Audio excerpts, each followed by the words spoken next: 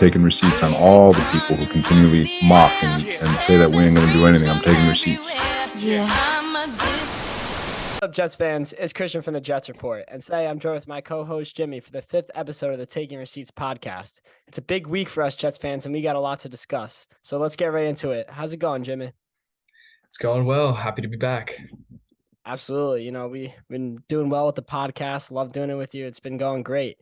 But obviously, big week for us Jets fans last week. Obviously, definitely had the bye week, but you know, we got big help in the standings. Despite the Dolphins winning, the Bills took a big loss at home against the Vikings, really helped us in the division and really made it a 4-team race in the AFC East. So, you know, what are your thoughts on that game? What does it mean for the Jets? You know, what does the future hold for us?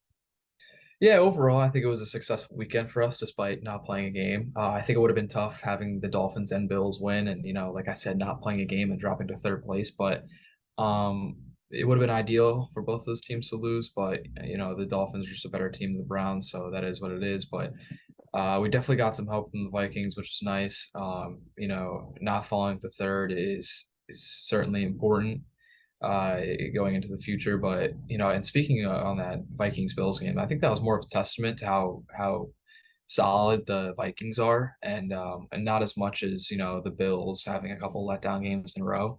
I know I know a lot of fans and a lot of people are deeming the Vikings frauds or whatever for their 8-1 start, but I think that's a really good team, and we do have to play them in a couple of weeks. But that was a really good win for them. They helped us out, so good for them. And yeah, but as much as we had to root for those teams this past weekend, I think it's important to note that we control our own destiny. Um, as long as we keep winning and we keep playing good football, it won't matter what those teams do. And so I think that's important for the Jets to relay that message to their locker room, to focus less on what other teams are doing and then more on what they're doing.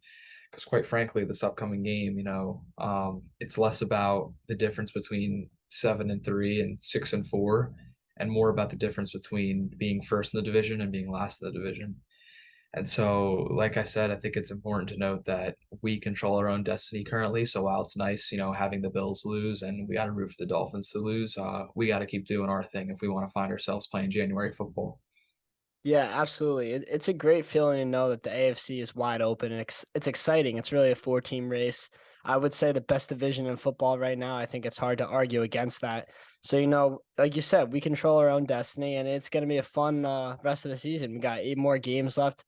Every game honestly has a playoff game type feel. I know a lot of people say that a lot, but I mean, truly, every game matters so much because one week, like you said, we could be first in the standings by this time next week, or we could be right at the bottom. So, you know, there's a lot at stake and it's fun. I like being a part of it. This is what I wanted going into the year, playing competitive, meaningful football games in November, in December, and fighting for that playoff wild card spot realistically. But now, I mean, I didn't think it was possible, but currently I believe that there's a chance we win a division this year. And, you know, it's going to come down to a week to week basis, you know, take one matchup at a time. Don't look ahead of ourselves. And, you know, it's a great opportunity to be presented with.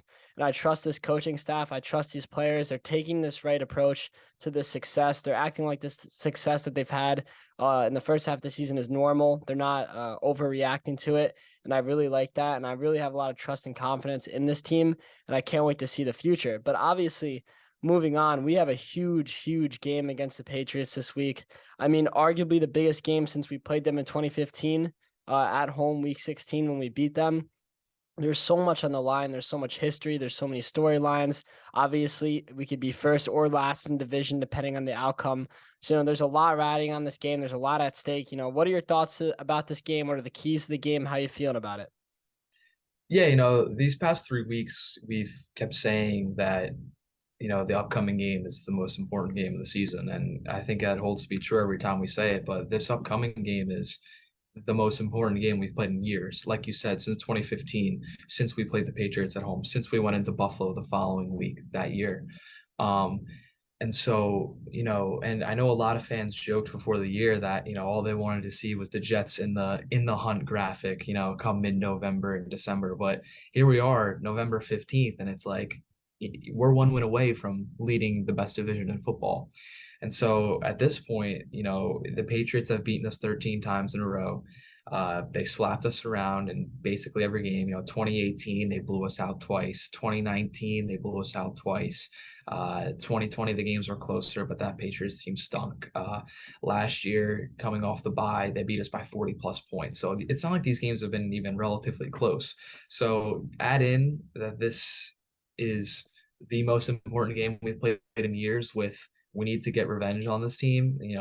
This game is it's building up to be something special. And if the Jets can walk out of Foxborough at 7-3 with a division lead, I think we can all be very happy and very optimistic about the way this season's going to go. Yeah, absolutely. Like you said, 13 straight against the Patriots. It's not a good feeling. And you talked about the losses the past couple of years, but honestly, the loss that stung most to me is the one this year. I mean, I felt like we were the better team at home against the Patriots, and just a few tough breaks for us. The interceptions from Zach Wilson, the pick six from Michael Carter getting called back, like plays like that, just tough breaks against the Patriots. I really felt like that was our game to lose, and we lost it. I mean, I thought we were the better team. I still think we are the better team despite going into Foxborough. I trust this team on the road. I really do. I mean, we haven't lost the game on the road this year, so I don't think there's a reason not to trust them. I have a lot of faith in this coaching staff. And like you said, we're coming off the bye. Last year, didn't handle the bye well. Obviously, we got our doors blown off at Foxborough after the bye. But I think this is a new experience, the coaching staff has a level of experience that they didn't have last year, and I have more confidence in them. But also something that can't be overlooked, the Patriots are also coming off a bye. The Patriots also have Bill Belichick. So, it's not going to be taken lightly. The Patriots are thinking the same thing about us that we're thinking about them, that they're coming off the bye. They should have 2 weeks to prepare in a must-win divisional game, because it's really a can't-lose game for either team, because whoever loses is going to be buried in the bottom of the standings in such a tight and important divisional race. So there's a lot at stake for both teams, and it's going to be a really fun matchup. I really do think we're gonna win this game. I think we are the better team on paper. I think we were the better team on the field, like I said, when we were at home versus them. And I have a lot of confidence in this coaching staff. So I feel like we're in a good spot. I'm excited for the game. It's definitely a big, crucial one, and I can't wait. But obviously, a big key to our success moving on is Zach Wilson. So if you look at Zach Wilson's whole career, honestly, there hasn't been too many terrible performances besides when he plays the Patriots. Those games are outliers. I mean, looking back last year, he had threw a bunch of interceptions in both games, 2 brutal losses, both at home and away. And moving to this year, Zach Wilson has 5 interceptions. 3 of those interceptions are in the Patriots game. And really, that game was so close despite having those 3 interceptions, which stings even more.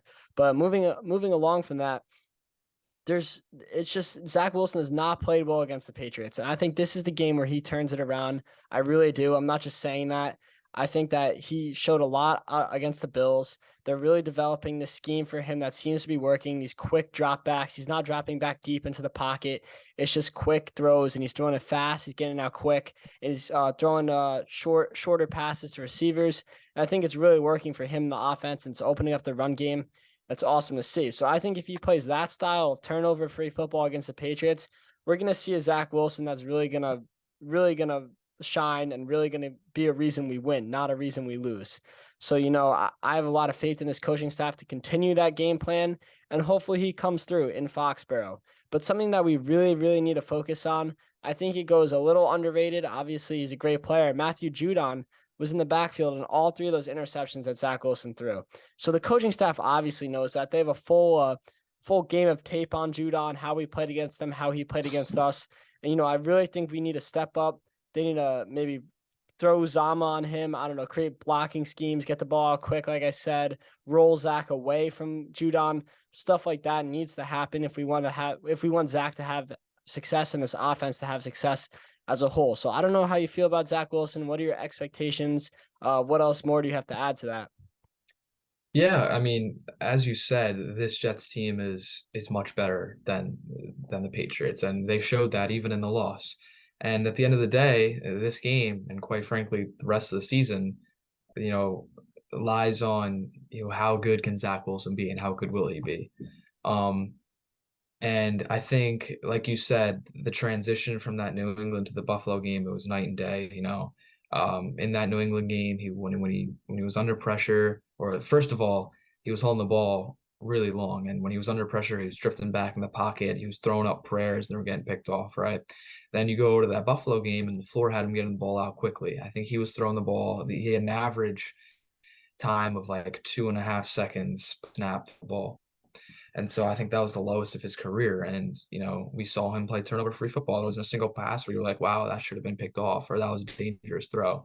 And so I think that this upcoming game is going to be, a big sign of Zach Wilson's growth and of Mike LaFleur's growth too. With 2 weeks to prepare for this Patriots defense, who we've seen, this is the fourth time we've seen them in 2 years now, and they've dominated us each time.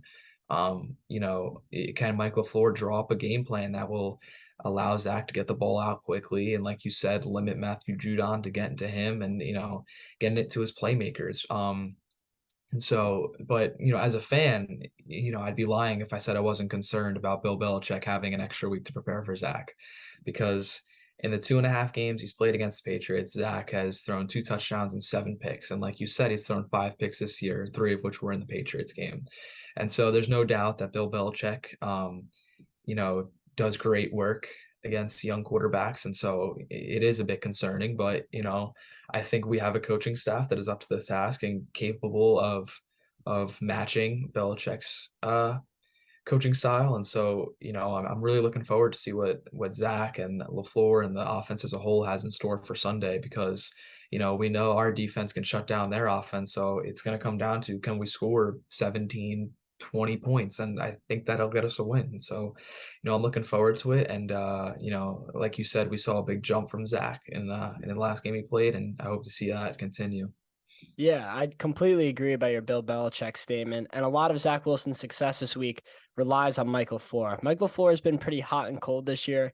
And when he's hot and when he's in his bag and he's calling those plays from the booth, it's awesome to see. The offense is humming. It's just like poetry in motion. It's awesome to watch.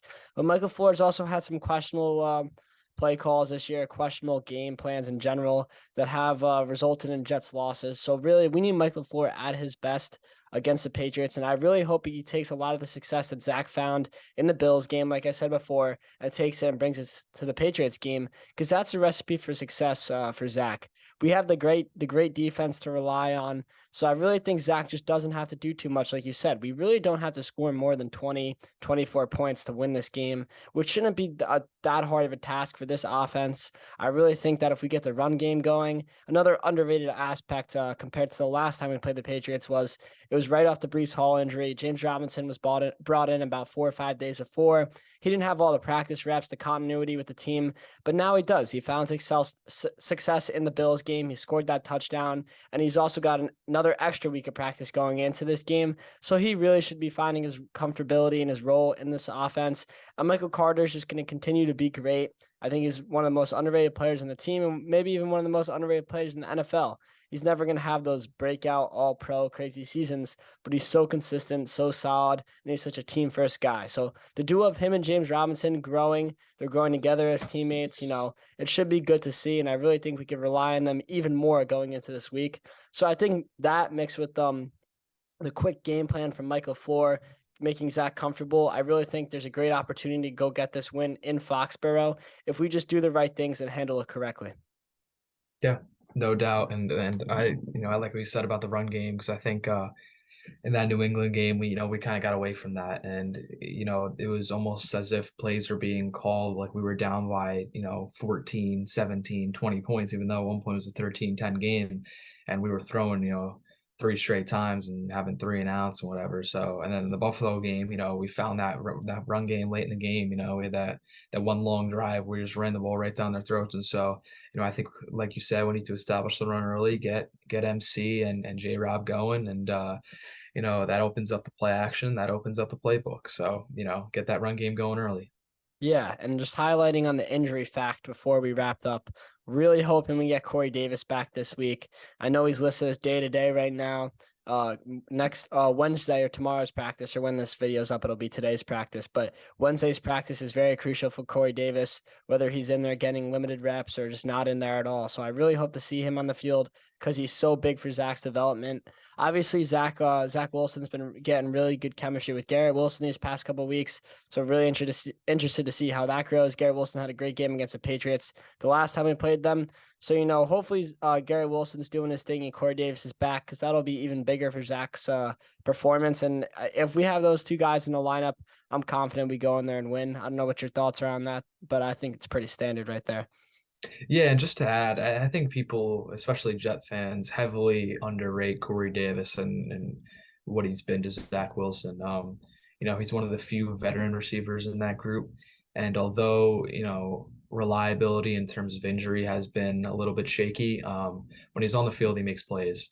And so, like you said, we really could use him this weekend. And I think his knee injury was a little more serious than it seems like it was reported on early on.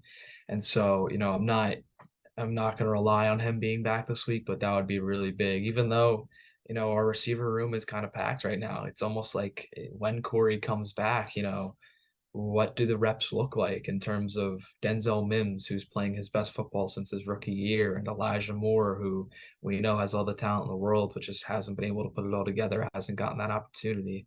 And so, we getting CD back would be huge, but it's going to be interesting to see how they handle that. And also in terms of injuries, I know Max Mitchell's returning to practice this week. I'm not sure if that means he'll play on Sunday, but we can certainly use him as well, because I think the O-line's actually been rock solid for the past couple of weeks. Cedric O playing right tackle hasn't been great. And so I think, if we get Max back in there, I think that O-line can really take the next step. And, I know I'm kind of going off on a tangent here, but I know everybody has been kind of down on Laken Tomlinson, whatever, but knock on wood, him and Connor McGovern have been extremely reliable for us this year. I mean, you talk about guys who haven't come off the field for a single snap, again, knock on wood.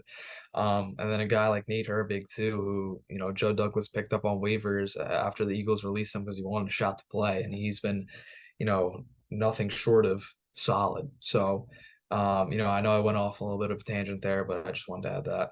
Yeah, absolutely agree. Getting Max Mitchell back, like you said, would be absolutely huge. He would be a clear upgrade over Cedric O, who's not playing like abysmal, but he definitely could use an upgrade at that position to help this O-line for the rest of the year. And just getting Max Mitchell back in the field, getting him that key experience as a rookie. He still only played a couple games in his career, and in those games he looked very solid, especially for a 4th-round pick right away. So, just getting him that experience and this continuity with the O-line would just be absolutely huge for his development and the team success as a whole. But moving on, we're going to do some score predictions, some bold predictions for this game. So what do you got for both your score prediction and bold prediction? Score prediction. I'm going to go optimistic. I'm going to say the Jets take it 24-19. In terms of a bold prediction, I'm going to say another Sauce Gardner interception. I think like Salah said a couple of weeks ago, keep throwing at Sauce, because he's close to getting a pick, and he got one last game against Buffalo. And so I think he goes a little bit of a streak here, gets himself some more interceptions to pad the stats a little bit for his defensive rookie of the year argument. But yeah, I'm gonna go 24-19 Jets and a Sauce Gardner interception, hopefully for 6. Awesome. I'm feeling a very close game throughout. I think it's going to be about 17-16 going into the 4th quarter, and the Jets pull away with a touchdown and end up winning 24-16 late in the game. So, I'm confident we hold the Patriots under that 20-point mark, and we'll ultimately get the win. But going for my bold prediction, I don't know how bold of a prediction it is, but Garrett Wilson has yet to score a touchdown since that Browns game, despite having success in the stat column. So I think he goes over 100 yards and gets a touchdown this week. And, he just continues his awesome rookie year that's been so promising. Yeah, and not to get too ahead of myself here, but I know a lot of Jeff fans complain that we haven't had a 1,000-yard receiver since Marshall in 2015, or a double-digit sack guy since Abraham and whatever that was, 2009, or I don't even know, but we got Garrett Wilson, who's I think's got around 520 yards right now. So if he keeps us up, he's going to come dangerously close to that 1,000-yard mark. And then Quinnen's already got 7. So hopefully we break those 2 streaks right there, and then hopefully even we break that playoff drought too while we're at it. Absolutely. I know Garrett Wilson's, I looked at this recently, actually. He's technically on pace for 984 right now, but that's with like a rough stretch of 3 or 4 games where we weren't really passing the ball too frequently. So, I mean, if he continues this pace that he's been on the past like 1 or 2 weeks, I think he could definitely reach over that 1,000-yard mark. And I look for him to get in the end zone more the second half of the year. And definitely on the Quinnen standpoint as well, I think he goes and gets those double-digit sacks, continues his monster year to the second half of the season. Yeah, But, we gotta get G-Dub like a 120, 140-yard game a little bit to get that pace up, and I hold my fantasy team too, by the way. yeah, absolutely. I got him on my team as well. Have to have him. But that about wraps it up for us today. Go Jets. Hopefully we beat the Pats this week, and hopefully we come back next week making a podcast happy.